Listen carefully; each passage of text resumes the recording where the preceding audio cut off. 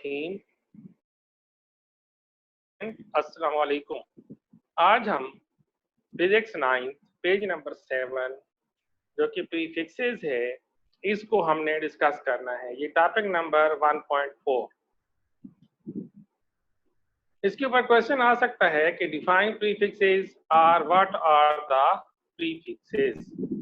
आसान सी definition, prefixes are the word or letter added before SI unit such as kilo, mega, giga and milli are known as prefixes. Pre means before. Pre का लफ्जी मतलब होता है before. तो जो SI units होंगे उससे पहले जो आप लगाएंगे, उससे पहले जो यूनिट लगेगी उसको आप प्रीफिक्सेस का नाम देते हैं। The prefixes are useful to express very large or small quantities. बाज़ औक़ात आपके पास बहुत ज़्यादा लार्ज वैल्यूज आ जाती हैं या बहुत ज़्यादा स्मॉल वैल्यूज आ जाती हैं, तो उनको रिप्रेजेंट करने के लिए हम प्रीफिक्सेस का यूज करते हैं। अब लार्ज वैल्यूज को अगर आप देखें, जिस तरह के यहाँ पे हमने एक एग्जांपल ली है, यहाँ पे 20,000 ग्राम है।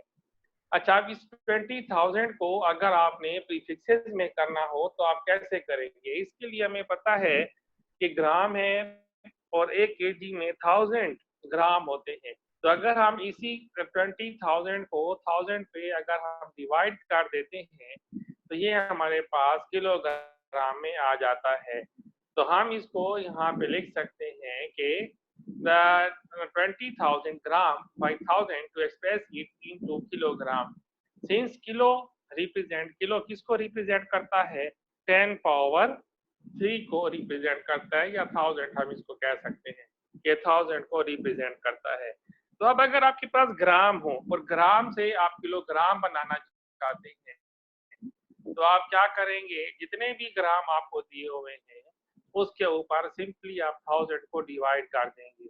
जब आप 1000 को डिवाइड करते हैं, जितना भी आपके पास आंसर आता है वो कन्वर्ट हो जाता है किलोग्राम से, ग्राम से किलोग्राम में। तो ये 20 ग्राम आपके पास किलोग्राम आ जाता है।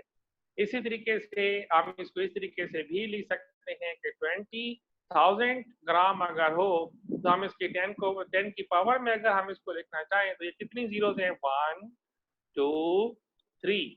तो हम इसको लिख सकते हैं यहाँ पे 20 क्रॉस 10 पावर 3 ग्राम, और 10 पावर 3 ये है हमारे पास टेबल है।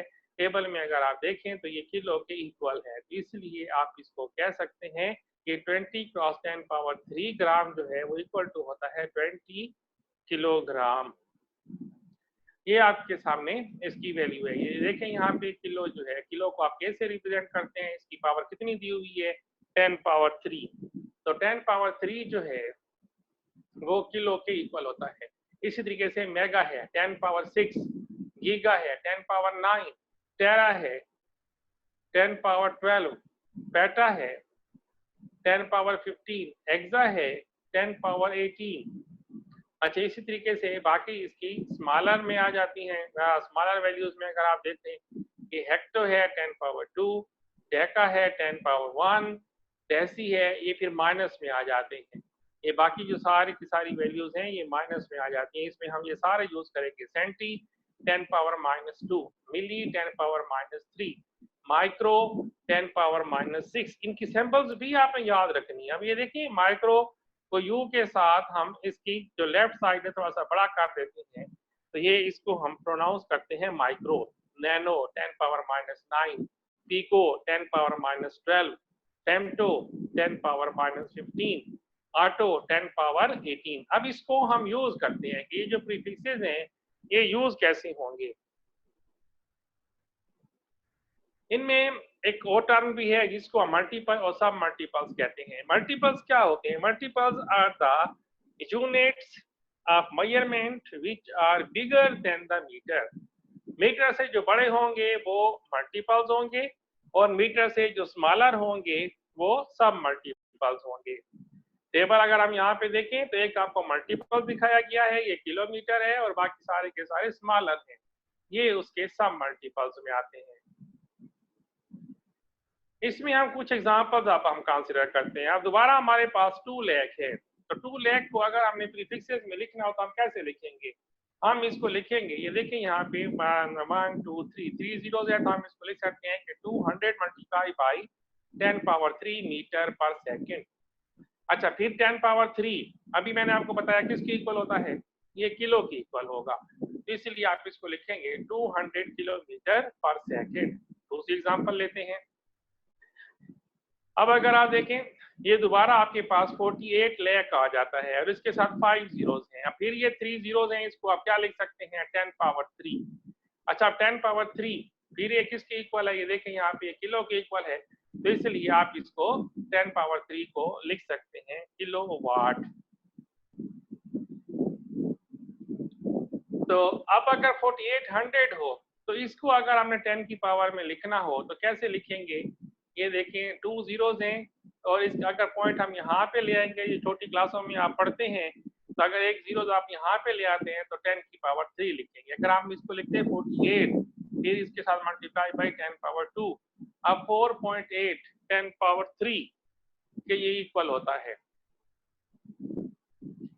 या इसको हम इस तरह भी लिख सकते हैं, 4800 है, 4800 को अब हम क्या लिख सकते हैं, देखिए 4800 को हमने लिखा 4.8 क्रॉस 10 पावर 3, तो ये जो 4800 है ये बन जाएगा 4.8 क्रॉस 10 पावर 3, और ये जो 10 पावर 3 है ये ऑलरेडी यहाँ पे था, इसको हमने वैसे का वैसे लिख दिया। तो अब हम इसको ये भी लिख सकते हैं कि 4.8 cross 10 power 3 multiply by 10 power 3, base अगर बराबर हो तो उनकी जो पावर है वो ऐड हो जाती है, ये भी 10 है ये भी 10 है, इसकी पावर 3 है इसकी पावर 3 है, इनकी पावर्स को ऐड करना है आपने, ऐड करें कितना आ जाएगा 10 की पावर 6। देखें 4.8 क्रॉस 10 पावर 6 वाट, और 10 पावर 6 किसकी इक्वल होता है, मेगा की इक्वल होगा, इसलिए हम इसको लिख सकते हैं 4.8 मेगावाट, 4.8 मेगावाट।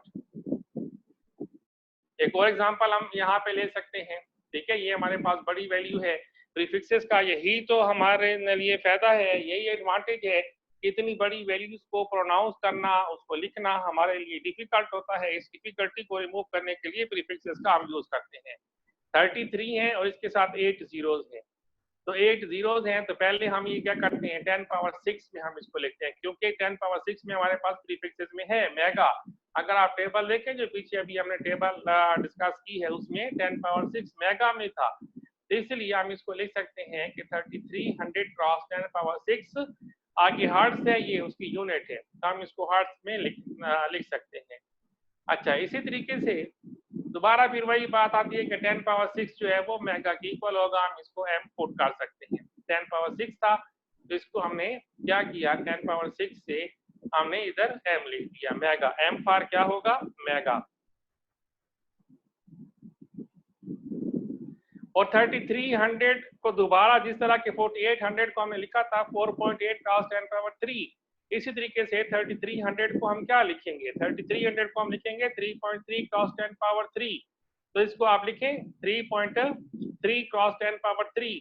अब ये देखें ये हो गया 10 पावर 3 और मेगा होता है 10 पावर 6, तो कितने बन जाएंगे टोटल, ये बन जाते हैं 10 पावर 9, और 10 पावर 9 जो होता है वो गीगा की इक्वल होता है, इसलिए हमने यहाँ पे क्या लिखा, इन दोनों को मिला के 10 पावर 3 और मेगा को मिला के हमने क्या लिख दिया, गीगा इसकी जगह पे लिख दिया, जी हमने डाल दिया, तो गीगा हो गया, ये हो गया 10 पावर 6 10 पावर 3, तो कितने हो गए 10 पावर 9, तो 10 पावर 9 जो है वो गीगा की इक्वल होगा, तो 3.3 गीगाहर्ट्ज।